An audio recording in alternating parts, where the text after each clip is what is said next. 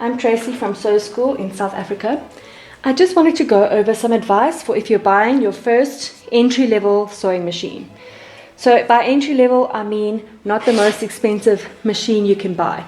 In my opinion, as long as it has the stitches you need, you should be fine to buy an entry-level sewing machine. I use them all the time, my students use them all the time, and we have no issues. But please look out for a few things when you're buying this machine. Number one, look for as many metal parts as possible. Some machines have a lot of plastic parts these days, and they can break more easily and don't last as long.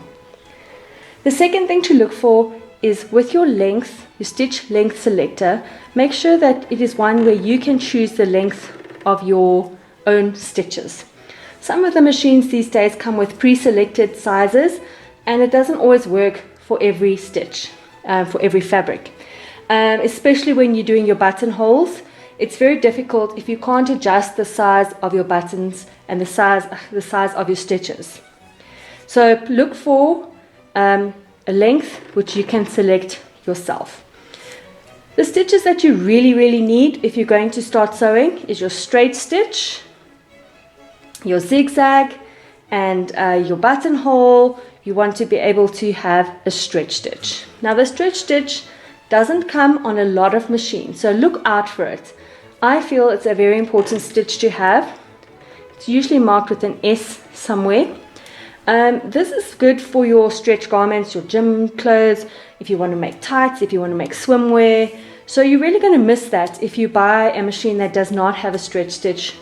There are other ways to get around it, but really it is the best thing to have if you're going to be doing any stretch garments, which these days a lot of garments are stretch garments. The other thing to look for is make sure that it comes with all the parts that you need. Usually they do, the right feet.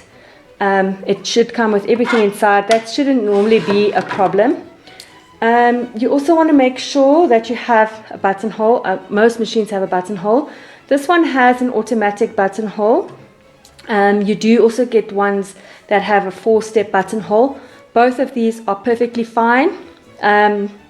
I really don't mind a manual buttonhole because if something goes wrong, you can fix it halfway, whereas with an automatic one, you can't. But an automatic buttonhole is much quicker and easier.